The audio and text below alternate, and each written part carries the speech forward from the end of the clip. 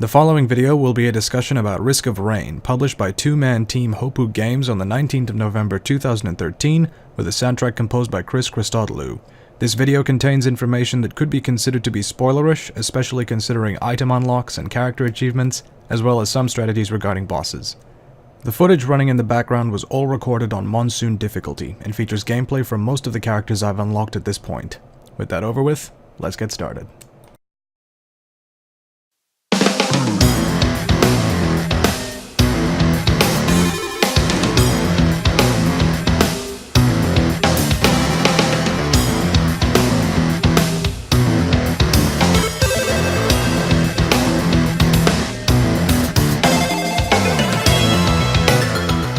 Risk of Rain is an action platformer with roguelike elements, developed by two-man team Hoploo Games and published through Chucklefish.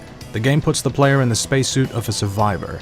Having crashed on an alien planet, your goal is to get back to the wreck of your ship and get back to civilization. The only problem with that is the entirety of the planet's fauna is out for your blood, and will take every opportunity to pound the beans out of you if you're too slow, too weak, or too squishy. Which you are, and will become more so. The game's difficulty increases with time. This means that in addition to the difficulty setting you select at the start of a round, as time goes on, enemy spawns will become more numerous, more varied, and have more health and hitting power. This game is so tough that they even give you an achievement for making it 40 minutes in the game without dying. That's 40 minutes of successful play. Make no mistake, this game is rock hard, and you're going to need to pull out every trick in your bag to make it to the end. Luckily for you, there's some help. The ship you were flying was full of stuff, from missile launchers to mortar tubes, hammers, plasma pistols, and even teddy bears. All of the stuff that was in your cargo hold can be found scattered in chests, available from item selectors, and can also be dropped from enemies or bosses.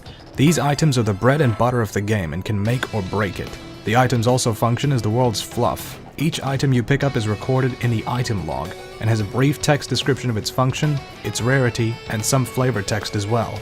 Now, personally, I find this an awesome reward because I like learning about the stories in the game, and it provides a nice little aside once you're done with a round to come back and take a look at the items and monster logs you've unlocked. This is also the only real way you can progress in the game, seeing as you only have two options on death: either restart from the first level or quit to the menu screen. Getting the right items at the right time is crucially important for survival, especially depending on what class you pick and your personal playstyle in the game. Survival is core to this game, as you only have one chance to beat it on each run, and you need to play smart. On starting a game, you're dropped into a level where enemies will spawn. Killing them will yield money for buying items and experience for leveling your character. The problem is that as time passes, the game's difficulty increases. More enemies spawn in waves and more elite versions of enemies become present. This means that you need to beat the game as fast as possible, and the only way you can do this is to find each level's teleporter and activate it. The teleporter will never be in the same place on different playthroughs. The starting location, locations of teleporters and chests, and even some level platforms are all randomly generated between rounds, so you'll never truly have the same challenge twice. Activating the teleporter will summon the level's boss, as well as a swarm of enemies onto the map. You need to kill all of them, and on the harder difficulties, the end-of-level swarm can be absolutely overwhelming. The time-based difficulty scaling changes with the overall difficulty. Playing on the easiest setting means that there are 9 minutes between difficulty increments, while on the hardest setting you get about 3. This means that on the easiest overall difficulty setting, it'll take 81 minutes for the game to reach maximum difficulty, as opposed to 27 on the hardest one. Additionally, on the hardest difficulty, enemy bosses will spawn every 10 minutes even if you haven't activated the teleporter. All this means that you need to work smartly and work quickly to exploit the map and get through the game. The solution then would be to blitz through the level as quickly as possible, but that leaves you severely underpowered for the end-of-level boss and severely underbuffed for the next lot of enemies you'll have to face down. The challenge comes from striking a balance between farming enemies for money and experience and getting through levels in a timely manner.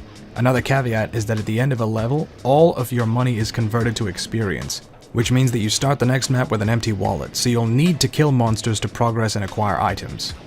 I should take a moment here to talk about the items before I talk about anything else.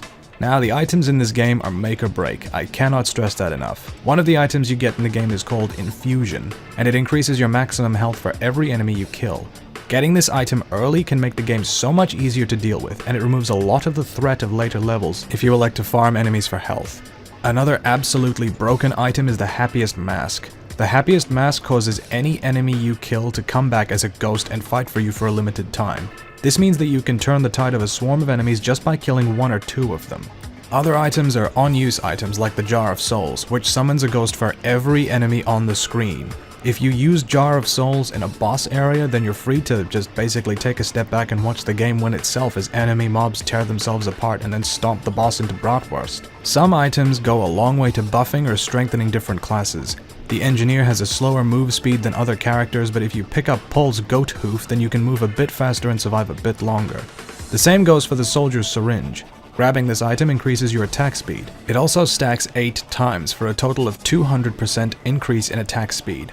Combine this with a class that uses on-hit items like the Commando, the Engineer, or the Huntress, and you're going to find things are much easier to deal with when you're facing down mobs of enemies with area of effect auras and attacks. The only caveat with this is that unless you're using modifiers, item selection is entirely randomized. Chests drop common, uncommon, and rare items, but there's no way to choose items for yourself outside of using an item shop. Another problem with item selection is for new players specifically. Unless they have an exhaustive knowledge of the wiki, they aren't going to know which items are the most appropriate for their class. This makes sense from a narrative standpoint because you're essentially picking through the strewn wreckage of a freighter ship, but it can lead to confusion in some places. This confusion becomes most pronounced when the item shops are clustered in a small area, causing all of the items to stack on top of each other incomprehensibly. This makes it a 1 out of 3 chance you'll get the item you're looking for, assuming you can pick it out. Aside from this, there are other means by which you can get item buffs. Gamble money at shrines, sacrifice life at health shrines, and by using the imp shop. These 3 means are all truly randomized. There's no guarantee you'll get anything at all, so it's really up to player preferences if they go for it this way. The flavor text on the items is also a joy to read as well, with little paragraphs describing them in a very personalizing way. Some are outright hilarious, like the one attached to the bouncing brain, while others are a bit more chilling, like the description of the Harvester's Scythe. Others poke fun at other games and popular culture. The Golden Gun is a direct reference to the James Bond films, and its estimated delivery date is that of the movie's first screening. Another little in-joke is found on the crowbar, talking about Half-Life 3. There are over 100 items in the game, so I'll stop spoiling the fun there, but the point stands that there's a lot of life to this game behind its pixelated face. On that note, I might as well talk about the characters themselves. There are 10, each with their own unique strengths, weaknesses, and playstyles. Now, I haven't unlocked all of them on my current machine, so I'll only talk about those who I have. Each class has its own statistics for health, the amount of damage you can deal, as well as differing mobility and defense. On starting the game for the first time, you begin with the Commando, a fast mover with the highest attack speed in the game. It's entirely possible to beat the game in one sitting using only this character, especially given its versatility, its invincibility roll, and the fact that its attack speed means that it can trigger on-use items more reliably than any other class in the game. The next class you unlock will most likely be the Enforcer if you keep dying and end up replaying levels over and over like I did. The Enforcer and the Commando are night and day. While the Commando focuses on speed and agility, the Enforcer is slow, lumbering, and has a much slower attack. It also has an ability called Protect and Serve, where he blocks all frontal damage with his shield and gains an increased rate of fire.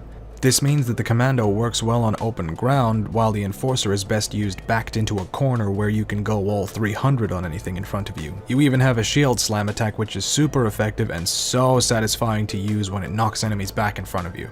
These are just 2 of the 10 available classes in the game, and they all play in a markedly different manner. The Engineer uses mines and turrets to demolish enemy mobs. The Huntress is the only character that can fire while moving, so she can legitimately kite enemy mobs, and the Sniper can kill bosses in a single hit, assuming that you have some appropriate buffs running at the same time. These classes all come with their own strengths and weaknesses, and they're all unlocked by beating the game in different ways, as well as exploring. The different classes also come with 2 unique challenges each. Completing these challenges unlocks items for the player to use, so there are 20 items that are tied directly to class-based achievement. This means that you'll have to run through the game a minimum of 10 times, assuming you don't die, get at least 15 monster logs across playthroughs, and complete 2 challenges per run. That's pretty nuts, so it's safe to say that this game's got quite a bit of replay potential to it on the basis of those challenges alone. These challenges also give us a little bit of information about the characters themselves. The 2 unlocks for the Enforcer are the Spike Strip and the Prescription Pills. Reading the item descriptions for these 2 items, we learned that the Enforcer used to be a bit of a hooligan in his youth, had some run-ins with the law himself, and abuses bodybuilding medication. Which goes some way to explaining how he can hold a combat shield and a riot gun at the same time with no ill effect. The other characters have their own little stories told through their items as well, and it's a deft move that ties narrative, character development, and gameplay together in a mechanical twist. All of this mechanical nonsense is fine, but there's a lot to be said about the aesthetic of the game. I use the word aesthetic in this sense because there are a lot of elements that merit discussion when we're looking at the game as an artistic whole. To begin with, the game is lovingly crafted in a pixelated graphical style that evokes arcade games and titles from the golden age of video gaming. The level of detail is astounding, and to see everything moving, interacting, and dying on the screen at the same time is an absolute joy. Combine this with the unique visual style of each individual map, and the game is an absolute jewel to behold. There are, however, two problems with this. Firstly, the game can have so much information on the screen that the frame rate drops into the single digits. This unholy amount of lag comes from the boss waves that spawn towards the end of levels, and on the higher difficulties just as normal as well. This goes doubly so for items which have on-screen effects like the Jar of Souls, which effectively doubles the number of on-screen sprites whenever it is used. When this happens, there are unfortunate consequences. Particle effects like missile trails disappear, parts of some bosses disappear, and even some other small errors that can only be fixed by resetting the game. This is most apparent on the final map. It's the largest level in the game by far, and the hardest one as well by virtue of being the last, so naturally you're going to experience frame rate crashes. Another problem occurs when there's so much information on the screen that you can't make anything out. This has happened on multiple occasions. Enemies clump together into mobs and you can't distinguish the telegraphing of attacks when it comes, which can mean the difference between life and death in this game. Additionally, when the clumping occurs, life bars become obscured and it becomes very difficult to discern elite enemies from normal ones. That's really the only gripe I have about the graphics of the game, but it's so core to the experience overall, it kind of needs to be pointed out. Another small issue is the on-screen prompt that occurs when you reach the final teleporter at the penultimate level. This teleporter gives you a choice of two options, either proceed directly to the final level or loop back through the previous ones. The prompt for continuing in the game is Q, which you press to switch out different usable items. The prompt for looping back, however, is A, the button you reflexively mash to interact with chests, hoover up items, and of course, teleport to the next level. This is easily the biggest letdown because once you've looped back to the first level, you need to go through those levels again to get back to the teleporter. This problem was so prevalent that people on the Steam forum thought that the game was legitimately forcing the player to loop back to the start before progressing onward, exposing them to another gauntlet of goddamn jellyfish. This could be solved with a dialogue box, but that would be inconsistent at best or immersion wrecking at worst. For now, consider yourselves warned. Aside from graphics, the music is gorgeous as well, mixing a blend of guitar and drum sounds in with melodies that evoke the chiptunes of the NES system and which follows a trend echoed by other games like Super Meat Boy. Each level has its own track, and the music changes as well when you confront a boss. The tracks are so varied and so unique that you'll want to play through each map at least once to hear everything this game has to offer. Christodolou has done a masterful job in creating sound that lends the game a beautiful atmosphere, and the music for the final level deserves a real mention as well. By way of illustration, I'm going to play samples from different tracks here so you can listen for yourself. I'll say in advance that all credit for composition and production goes to Mr. Christodolou, and a link to the soundtrack's Bandcamp page is included below. Take a moment and enjoy.